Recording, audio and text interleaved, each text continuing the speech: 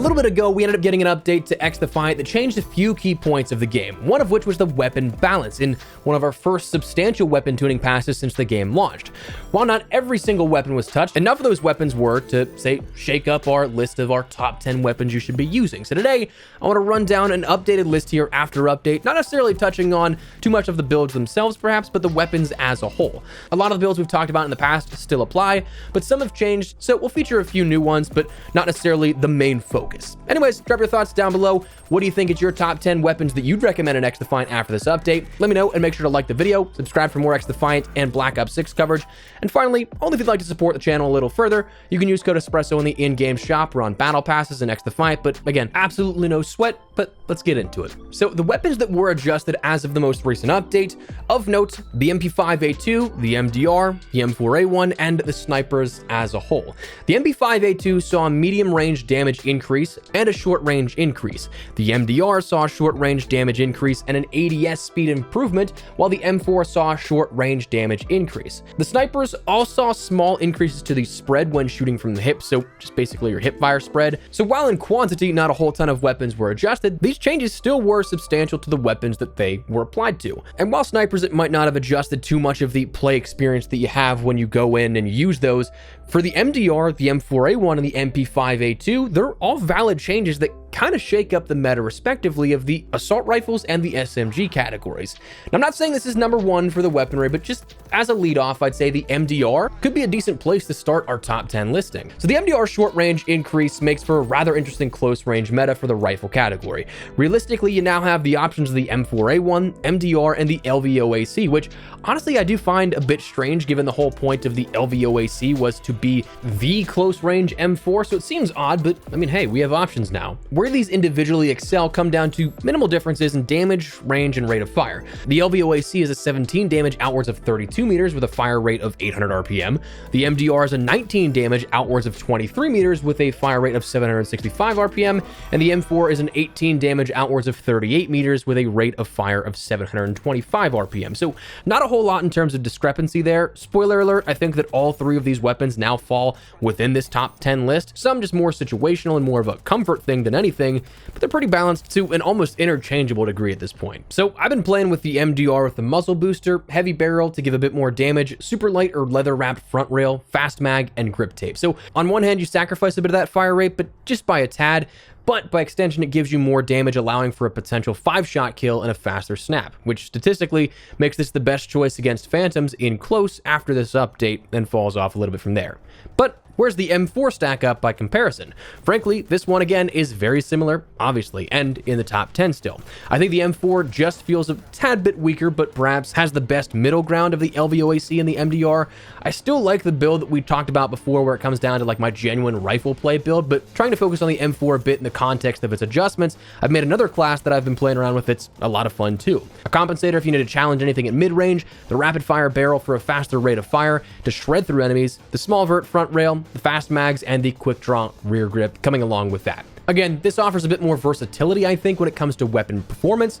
You can take it as a mid-ground rifle between something you'd want as a designated rifle like your AK, ACR, or instead kit it out for close quarters, almost SMG-ifying it. Now, again, I wouldn't say those are your top two weapons in the rifle category, just more so discussing the changes first and how they've shaken up the meta of play. Of course, you still have your other weapons that are in that top 10. The ACR, still all-reliable, I think. Easiest, I think, to manage in terms of recoil, fire rate, and damage. The AK's in there offering a bit more damage per round, but a bit more in terms of that recoil control needed. So the obvious trade-offs, but still very much so something that's manageable, something that is just, again, kind of preference-based. I feel like the ACR and AK are very interchangeable in the fact of they can get the job done reliably. And honestly, same thing goes for the M16. Gotta throw that in there because it is still a very reliable weapon, still very powerful, and one that absolutely gets the job done. Haven't tweaked anything with that build, so if you guys are interested, this is what we had before. Same thing goes with that LVOAC. As we talked about, that of course is in the contention with the M4, with the MDR now. It just really comes down to preference-based, but I'd put, honestly, all three of those in your close to medium range meta, then filling it out with the ACR and the AK along with that. One weapon that I feel like has become a solid choice, but it's so dang slow if you don't build it properly, is the M60. 25 damage per round, a rather easy to control recoil pattern, 100 rounds by default in the mag. You're not going to need to reload for ages, but when you do, it's definitely noticeable.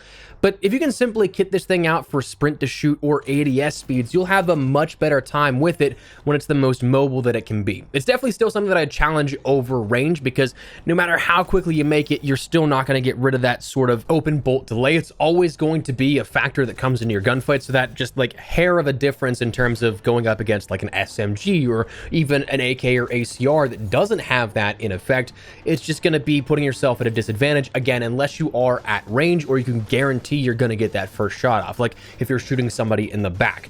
But it's an insanely powerful weapon if you can get a handle on it. So that's one that as of recently I've been playing around with and have been loving.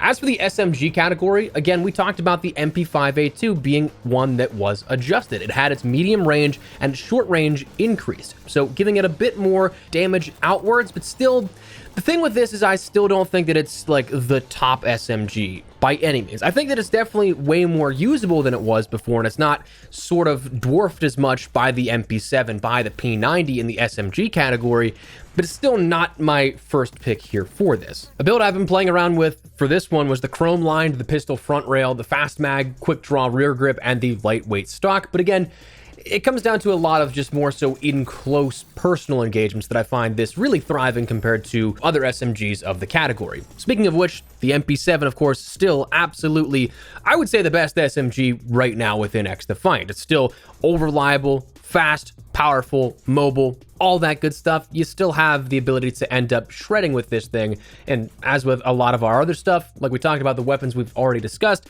the weapon builds that I've been using, I'm still using. So if you guys want to try those out, absolutely go for it. And the P90 is what I think would round out the SMG category here for our best weapons after this update. Not really adjusted, but still, again, I'd say like a second favorite for me. I think for my SMGs, out of what we've talked about, it's MP7, P90, then the MP5A2, where again, the MP5A2 is viable, but it's not necessarily like the competitive SMG in my opinion. And the last weapon we'll talk about here in regards to just simply mentioning that I think is up on deck for anyone that enjoys sniping is the L115. It's that, again, mid-ground between the M44 and the TAC-50, and a solid middle ground at that, I think. I feel like I see a ton of awesome clips of the L115. I don't snipe a whole ton. It is one that I still think when I have used it, I've enjoyed it, but it's not for me in this game. But between clips that I've seen, what I've experienced, and then also how much I've died to it, I'd place that as our top sniper. But that is my list of weapons that I think that after the update are absolutely the best within XDefiant as of right now. So just want to fill you guys in a little bit on where like the more recent shakeup of the air quote meta comes into play, what was adjusted. Frankly, this video was actually scheduled a little bit earlier last week rather than where it's at today, but because of some scheduling conflicts, some stuff that I just didn't get some videos up, we're here now, a little late, but anyways, hope you enjoyed either way. Let me know your thoughts down below. What do you guys think of XDefiant and the weaponry at hand currently? If you're looking forward to any other additional weapon changes, let me know. But if you enjoyed the video, you found it at all insightful, do me a favor, drop a like on it. And of course, if you are new to the channel, make sure you subscribe so you don't miss a single thing running all things XDefiant. Black Ops 6 upcoming with the reveal this time next month. I'd love to have you in the community, but for now, thanks so much for watching. My name's been Espresso. I'll see you later. Take care and peace.